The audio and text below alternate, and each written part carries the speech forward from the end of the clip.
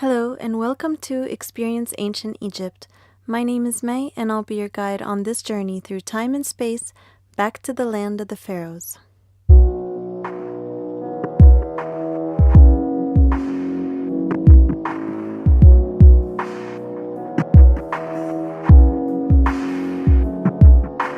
On this episode of Myths with May, we're going to hear about how the moon lost 5 days in a game with a god. When creating the calendar, the ancient Egyptians made 12 months of 30 days each, but that only added up to 360 days. And so they added an extra 5 days that were used for festivals and celebrations and were not part of the previous or coming years or part of any month. They also created a very interesting myth explaining how this happened. This story actually comes to us from Plutarch and Sir James Frazer. And now, without further ado, here's how the moon lost 5 days.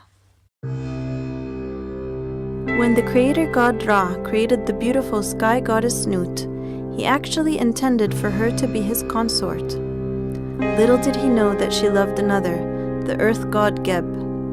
But once he caught on to their affection for each other, he became very angry and put a curse on Nut to the effect of, "You will not have children during any month of any year."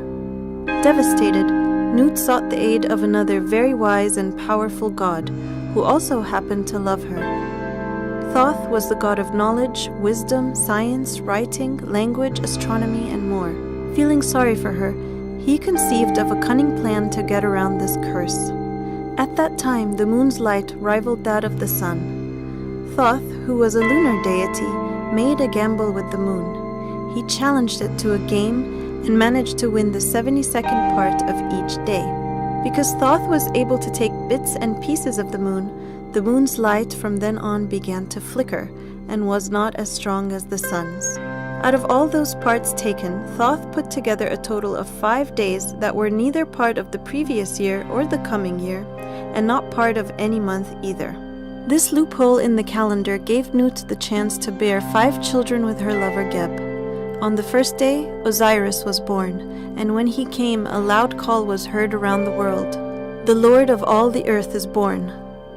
And indeed, Osiris would go on to become the first king of the earth, civilizing humankind and showing them how to have law and order, how to raise cattle and grow crops, and how to properly worship their gods.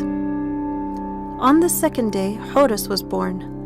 In more popular myths, Horus is the son of Isis and Osiris, but as Horus the elder, he is their brother. On the third day, Seth was born, who would go on to murder his own brother Osiris in an effort to take over the throne. On the fourth day, Isis was born, who would become the most widely worshipped Egyptian goddess outside of Egypt.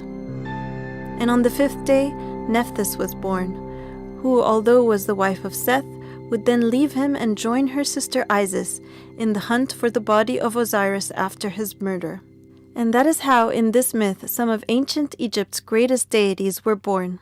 I hope you enjoyed this episode of Myths with May. If you did, please give it a thumbs up and share it with anyone else you think might enjoy it. If you subscribe to my newsletter or channel, you'll be updated whenever I upload a new video. Thanks again for joining me today. Until next time, take care.